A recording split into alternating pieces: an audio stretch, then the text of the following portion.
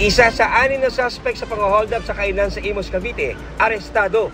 Ayon sa mga pulis, si Meljan Rotacio umano ang tagakuha ng valuables at pera sa mga nalalagpasan ng kanyang mga kasamahan.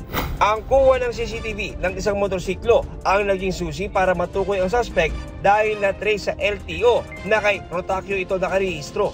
Humingi naman ng tawad si Rotacio sa mga biktima. Patuloy ang pagtugis sa 5 pa niyang kasamahan. Ang leader umano ng grupo, sinasabing sangkot sa iba pang kaso.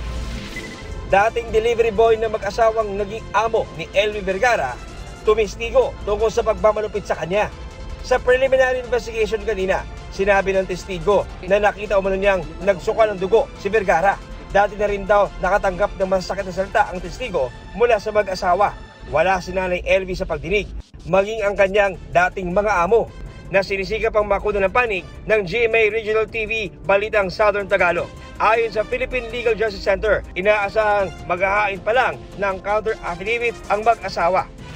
Special elections para sa nabakanting pwesto ng pinatalsik na si Negros Oriental 3rd District Representative Arnolfo Teves Jr. sa Disyembre na pinakamaagang magagawa. Sabi yan ni Comelec Chairman George Garcia sa panayam ng Super Radio DZBB. Natanggap na rin ng Comelec ang resolusyon ng Kamara na nananawagan ng special elections.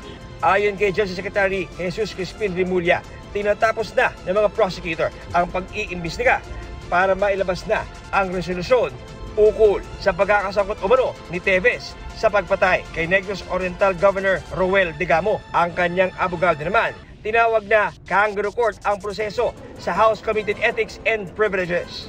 Para sa GMA Integrated News, ako si John Consulta, ang inyong saksi. Mga kaibigan, samahan nyo kaming saksiyan ng mga balita. Mag-subscribe sa GMA Integrated News sa YouTube. Para sa mga kapuso abroad, samahan nyo kami sa GMA Pinoy TV at sa www.gmanews.tv.